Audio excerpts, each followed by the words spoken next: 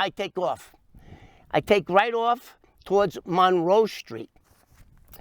And I'm fast, and this cop is probably 30 pounds overweight, more than twice my age. He's not catching me. I'm a bullet. I run to Monroe Street. I make a left, and all I see is nothing. Then out of the corner of my eye, I see an alleyway that runs parallel to Washington Street. Now, when you see the aerial view of where this is, it looks nothing like it did back then. There's a big parking lot. It looks nothing. I'm going to explain to you how it looked. So I see the driveway. So I make a right turn. Now I'm running parallel on Washington in an alleyway that has a brick wall. And I go, oh, crap, dead end. So I turn around. Just as I turn around, a van pulls out and makes a left and is coming to me. Then I start running towards the van because I know if the van, I know there's got to be an exit there, so I'm running. Just as the van turns, the cop goes, Kevin, Kevin, bang, and he starts shooting. One bullet hit the van. This is all news to me. I didn't notice until Kathy was able to get this newspaper thing. And I'm running, Kevin, stop, Kevin, boom, Kevin, boom. And I'm watching the bullets hit the brick wall in front of me. I can see them. Stop, boom, boom. And the fifth shot, I ran out of my shoes, one shoe. I left one shoe there.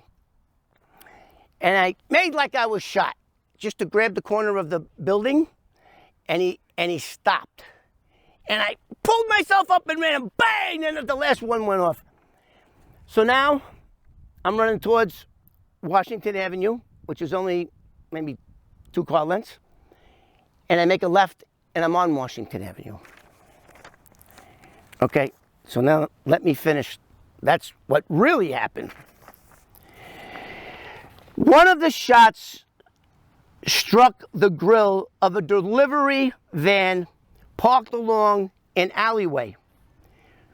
Kevin Marr, the prisoner, was running down to escape from officers.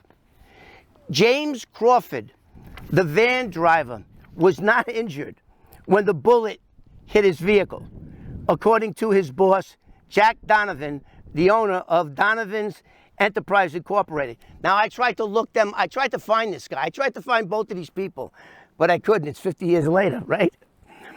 Okay, this is like really funny. With the bullet hit it. So Dorson and Enterprise of Endicott. Joseph D'Elia, Correction Department's Operation Director, said that the officers did not know the full details of the incident, but said the penal law was very strict regarding the use of deadly force. And don't forget, I'm an 18-year-old kid running for my life. They're trying to kill me, kill me. The use of deadly force in the apprehending of a fleeing prisoner. So at that time, if you were a fleeing felon, they could kill you. They could shoot you in the back. They could, okay? Which is exactly what he was going to do. Asked if the shots were justified in the capture of a prisoner who was not threatening anyone, D'Elia said, the law would probably indicate no. After the Correction Department gets a full report on what happened, D'Elia said it would then be decided if the shooting was justified. Marr, 18, was being transported to Elmira Reception Center from Rikers Island Hospital by correction officers Charles Wojcinski, let me spell it, Witkowski, Polish guy, and Michael Calabrese, and D'Elia said. Actually, there was 3 of them. The officers were also transporting 2 other prisoners up to an upstate prison. He said, adding, they were using a privately owned vehicle. That wasn't true either. That it was an unmarked New York City Department of Correction car. Endicott police was called to assist 3 New York City officers at 2:41 p.m. yesterday afternoon while back-to-school shoppers were crowding Endicott streets. So those people were kind of pissed off that they were shooting their guns off like that. Sergeant Joseph Lunga, one of several Endicott policemen, responded to an all-call cause from headquarters. Now that guy, Sergeant Luga, however you pronounce it, saved my life and took care of me after the escape too. Which is why I want you guys to hang on for this one. Please don't leave. Let me finish the story because it really is going to get better as it goes along. Now remember this guy, this sergeant's name, Sergeant Joseph. And they got police responding to an all cars, that means every car goes, call from headquarters saying that the station wagon carrying the prisoners stopped at a service station near Washington Avenue. That was true. Police do not know exactly which station it was because I had that whole town in an uproar. This Endicott back in 1972 was a quiet, sleepy suburb. You know, it's not like the streets of New York City. Officers had stopped at New York City. Officers refused to reveal any further details. Like, how did he get it out of the cuffs? Endicott police said Mar of the Bronx, to all my Bronx homies out there, was allowed to go to the restroom at a service station. But while the officers weren't paying attention, while the officers were not watching, Mar apparently escaped the restroom through a window. Woo! I hit that ground running, pew, like the road runner. I was gone. And fled on foot.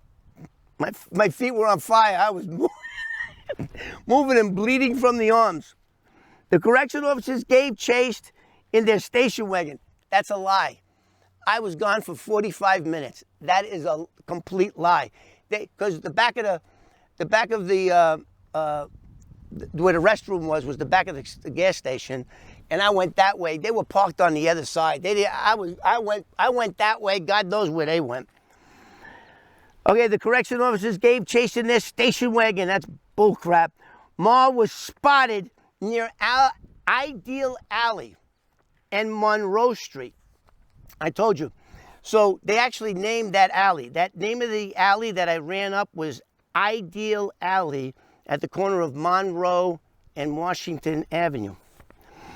Okay, the correction officers began to pursue the man on foot south on Ideal Alley. That's where I was running. They shot the van. These guys were, and you got to stay at the end because this little part of this story is so funny. It's just so funny. Now remember, they said they only shot 2 shots, right? Everybody out there that knows what time of day it is, especially my homies from New York, you know damn well when a cop pulls out his gun, he's dumping it. That's what they did. But and I'll tell you another thing. The one bullet, the 3rd shot, I felt that bullet go by my ear. I felt that bullet suck the air. I felt it like, woo! I heard it. I heard it.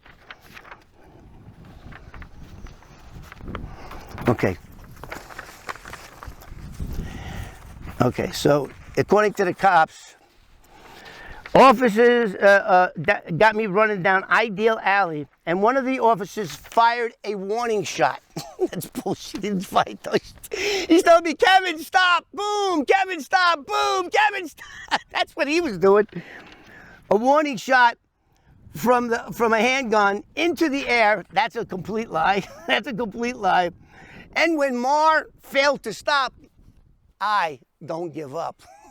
What's up? Because you know I'm getting tuned up. I know I'm getting a beating when I get caught. Fuck, I know it. Fired the second shot, but he missed. The man ran towards the rear of Woody's Records shop at 127 Washington Avenue in Endicott. Now, we looked that up. I'm going to see if my editor can put it right here. It is no longer a commercial record store because they don't have records anymore. It's now a 4-apartment building. That's what it is right now, because we Googled it, and I could remember the alleyway 50 years ago. It was like so mind-blowing to take me back there. After almost 50 years, I'm thinking I was in Ithica, which is like 400 miles away from Endicott. And thanks to this gal, Kathy, she got this. And thank you so much, Kathy. Okay, so what I did was, the 6th shot he fired, I felt one go by my ears, and I was scared. And I was out of breath. I grabbed onto the corner of the alleyway, and I made like I was hit. And he had 1 shot left, that 5th shot. And I just got to the corner, and I grabbed my breath, and I pulled myself around the corner, left my left shoe, ran towards Washington, made a left on Washington Avenue. Now I'm right on the same street, and there's Woody's record place. And I go walking in, because I only got 1 shoe. I walk in, and as soon as I walked in the record shop, right to the right was the cash register and the beautiful 19-year-old girl. We have her name here. And I looked right at her. And I limped into the back. The back door was chained. I couldn't get out the back door. Then there was staircases leading down to the basement, which led to another locked door. And it was all concrete. And that's where I was. So now I hear the helicopters, and it sounded like a military helicopter. They were sirens. I'm shaking now. I just got a bullet past my ear. I am I've been blessed my entire life. But when I tell this story, 50 years ago, when I was 18, now I'm 68, I shake a little. I actually shake a little. How wild I was, even by New York standards. So I hear the cops come in, and it was one of the correction officers. And he said, did a redheaded kid come in here? Did you see some redheaded kid come in here? And she goes, who are you? Who are you? Police, did you see a redhead? And she kept saying, what did he do? What did he do? And never mind what he did he come in? No, get out of here, get out of here. She threw him out. She covered for me. And then they leave. And then the helicopter's like right around. And so now they're figuring out, well, where did he disappear to? Now they come back into the store. And it's all 3 of the correction officers. I guess the cops must have took the 2 prisoners to the station. I don't know. So he comes back in again. And she, I told you to get out of here. Did you see a redheaded? He's got to be here. If you're lying to me. And he walks right past her. And he comes down, and I hear the footsteps coming. They're running. And there I am down. I'm looking up a whole flight of concrete stairs. And there he is. And he goes, you effing son of a bitch. Get up here. And he cocked the gun. This was the other cop. He had bullets in his gun. The other guy, he doesn't have no more bullets left, nor did he bring any. And I'm going to tell you about that story at the end. So, get up here. Now, so I get up. I woke up, lousy 4 years. Between the 3 of us, we have 75 years of service for 4 years. And he kicks me right in my face. Bang. And I go head first.